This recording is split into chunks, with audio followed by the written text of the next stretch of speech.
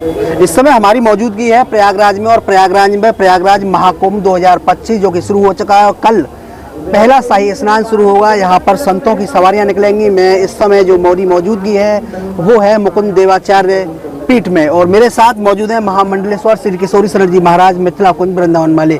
और हम आपको नए नए रंग प्रयागराज महाकुंभ से दिखाने की कोशिश कर रहे हैं, अखाड़ों से दिखा रहे हैं। और मेरे साथ किशोरी शरण जी महाराज हैं, इनके द्वारा जानेंगे और किस तरीके की यहाँ पर कुटियाओं का निर्माण किया गया। क्योंकि हमने देखे कि जहाँ पे आश्रमों में यहाँ जो बने हैं अखाड़े, उनमें जो निर्माण हुआ है वो अलग तरीके का हुआ है, कमरे नुमा जो बने हैं। लेकिन यहाँ पे हमने जब आके देखा तो घास फूस की वो कुटियाँ हैं, जो जंगल नुमा, जो पहले जैसा महाकुंभ लगता था उसी तरीके का यहाँ पर माहौल देखा जा रहा है। और मेरे साथ किशोरी शरण जी महाराज हैं, उनसे ही बात करेंगे किस तरीके की महाराज जी तैयारी है यहाँ पर। मैंने देखा बहुत अच्छा तैयारी है, और माननीय मुख्यमंत्री के द्वारा ये जो अंग्रेज के ज़माना की एक परंपरा था शाही स्नान, इनको बदल कर एक अमृत स्नान नाम दिया है। ये माननीय मुख्यमंत्री श्री योगी जी सराहनीय काम किए हैं, जो अमृत स्नान।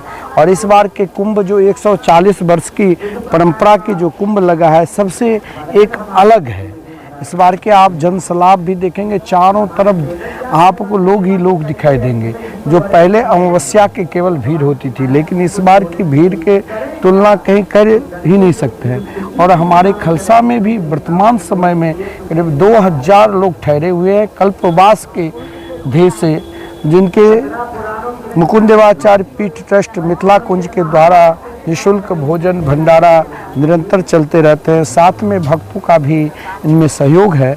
तो मैंने सोचा कि आज के नई परंपरा में एक टेंट सिटी चला है, परंतु टेंट सिटी में वही विषय वासना की चिंतन की माध्यम से उनके हर सुख सुविधा, लेकिन घर पर परिवार पर आप जब सुख सुविधा से ऊब जाते हैं लोग तो कहीं बाहर जाते हैं। और ये तीर्थराज प्रयाग है, जहाँ संपूर्ण तीर्थों की राजा विराजमान है। तो यहाँ राजा के समीप प्रजा को दीनता के रूप में ही रहना चाहिए, तभी राजा की कृपा होगी। तो मैंने सोचा जो पूर्व की परंपरा, संतों की परंपरा जो यहाँ उस समय जो उपलब्ध था, एक घास फूस जैसे आप देखते होंगे, ऐसी एक कुटिया की निर्माण करूँ जहाँ लोगों को वो 100 साल की पूर्व की परंपरा के अनुभव हो। और इसमें हर सुविधा है लोगों के रहने की। काफ़ी लोग इसमें भजन पूजन करते हैं, कई लोग अपना व्रत करते हैं, अपनी साधना करते हैं, निरंतर भजन में लगे हैं। कई लोगों को कुटिया से अलग भी यहाँ काफ़ी स्विच कॉटेज, यूपी टेंट।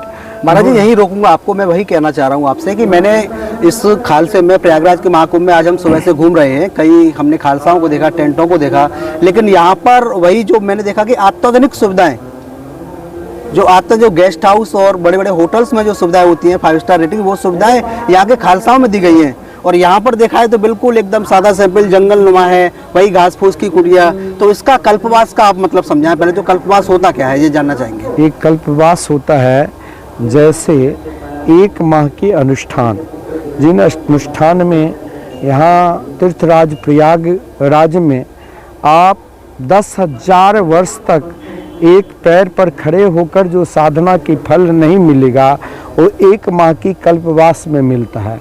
इसमें किसी को पितरों के दोष है या कोई किसी भी प्रकार के ग्रह गोचर बहुत परेशान हो चुके हैं, लेकिन आज भी वो पुरानी परंपरा थी। पहले वो वृद्ध कल्पवास करने के लिए आया करते थे।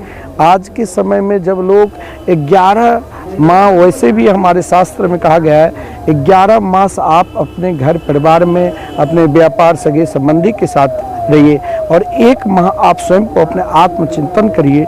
जो हमें जो ये मानव शरीर 2 अरब 98 करोड़ जन्म के बाद इन 84 लाख योनि मिला है, क्या हम अपने जीवन को सही में सार्थक कर रहे हैं? इस आत्मचिंतन के लिए ही पूर्व के राजा महाराजा भी अपने आत्म ईमानदाता से लेकर महाराज युवनाथ से लेकर बड़े बड़े राजा महाराजा, वो भी तीर्थ यात्रा के लिए निकलते थे। तीर्थ शब्द का अर्थ ही है तीर्थम याति त्रायति, जैसे तीर्थ जहाँ शरीर में त्रारणा मिले, कष्ट मिले, दुख के अनुभव मिले, वही तीर्थ है। तीर्थ में आप चाहेंगे कि मुझे संपूर्ण सुख सुविधा मिले, उन सुख सुविधा से अगर पूर्ण चाहते हैं तो वो तीर्थ का अर्थ नहीं है। आजकल जो टेंट सिटी में तीर्थ का दिखाया गया है कि ऐसे आप रह सकते हो, उस सुख सुविधा में हमें रहना भी नहीं। हमें यहाँ निरंतर जो कल्पवासी है वो 1 माह तक प्रातःकाल गंगा जी में स्नान, संगम जी में स्नान, उन स्नान के साथ तुलसी पूजन, संतों की प्रवचन, जहाँ यहाँ निरंतर भारतवर्ष के जो बड़े बड़े महापुरुष है जिनको आप दर्शन भी नहीं किए होंगे, वो महापुरुष यहाँ पर 1 माह विराजमान रहते हैं। यहाँ 1 माह की कल्पवास से संपूर्ण, जैसे हमारे शरीर में 3.5 करोड़ रोम है, उतने देवी देवताओं को पूजन करना चाहिए, लेकिन 1 माह की कल्पवास से संपूर्ण देवी देवता की पूजन हो जाते हैं। और साथ में यहाँ बड़ा नियम पूर्वक, जो आप इस सीमा से बाहर भी नहीं जा सकते हो, भूमि शयन करो, ज़्यादा तमोगुनी भोजन नहीं करना चाहिए, बड़ा सतोगुनी प्रवृत्ति के साथ रहना चाहिए और निरंतर स्वयं को आत्मचिंतन के साथ राष्ट्र के निरंतर कल्याण हो, सनातन धर्म में सब एक साथ रहे। वहाँ ना वर्ण आश्रम देखो, वहाँ हम सब सनातनी हैं और इसके साथ कल्पवासी के बहुत सारे नियम हैं। महाराज जी, मैं चाहूँगा कि आप एक बार कुटिया और दिखाएं, किस प्रकार की कुटियाओं का निर्माण यहाँ पर हुआ है। आइए कुटिया दिखाता हूँ। जैसे हम इसमें प्रवेश करेंगे, आप देख पा रहे हैं कि महाराज जी हमारे साथ हैं और जो कुटिया है उसको हम दिखा रहे हैं। महाराज जी खुद इस कुटिया को दिखा रहे हैं, किस प्रकार की सुविधाएं और किस प्रकार का ये निर्माण किया गया है। और मैं आपको बता दूं कि इस कुटिया पे आपको बता दूं कि एक पर्ची भी लगी हुई है और शायद ये किसी के नाम की पर्ची है जो इस कुटिया में कल्पवास करेंगे। संदीप जी इनका नाम है और कुटिया पे बाकायदा इनकी पर्ची लगी है, तो शायद ये कुटिया संदीप जी के लिए बुक हो चुकी है।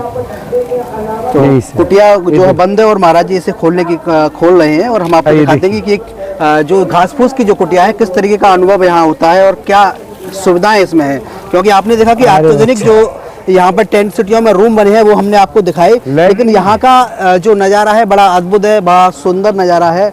और मैं तो खुद आपको बता दूं कि मुझे खुद ऐसा लग रहा है कि मुझे खुद 1 महीने का कल्पवास यहाँ करना चाहिए, मुझे खुद करना चाहिए। क्योंकि मैं आपको बता दूं कि जैसे कि हम अंदर से बाहर से अंदर की तरफ घुसे तो जो मेरा खुद का, मैं आपको बता दूं कि अलग ही यहाँ पर माहौल है, बहुत अच्छा माहौल यहाँ पर देखने को मिल रहा है।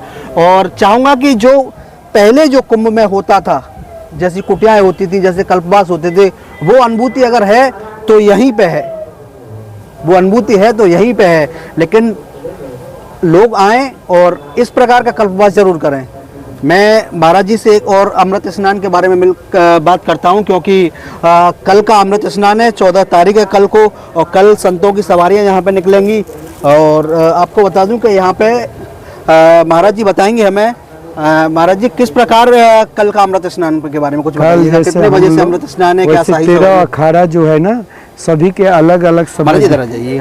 13 जो हम लोगों की अखाड़ा है साधुओं में, साधु जैसे सन्यासी और वैष्णवों में, उनमें हम लोगों को जो निर्माणी अखाड़ा के जो वैष्णव में 3 मुख्य है, निर्माणी, दिगंबर और निर्मोही।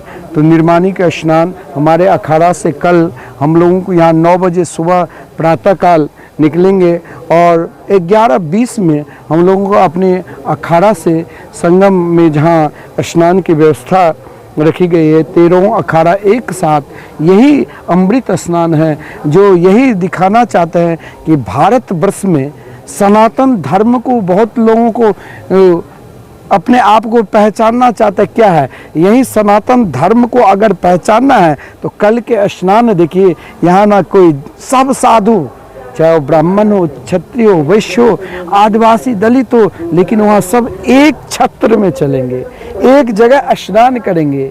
साधु संतों में ये दिखाया गया कि सनातन धर्म में कभी बटा है ही नहीं। मैं आपको बता दूं, अपने दर्शकों को बता दूं कि पहले जो कहते थे, जो शाही स्नान बोलते थे, लेकिन इस बार जो हमारे सीएम मुख्यमंत्री योगी आदित्यनाथ, इन्होंने इसके नाम को चेंज किया है और अमृत स्नान इसको नाम दिया है। और महाराज जी इसीलिए शाही स्नान की जगह इसको अमृत स्नान ही बोल रहे हैं।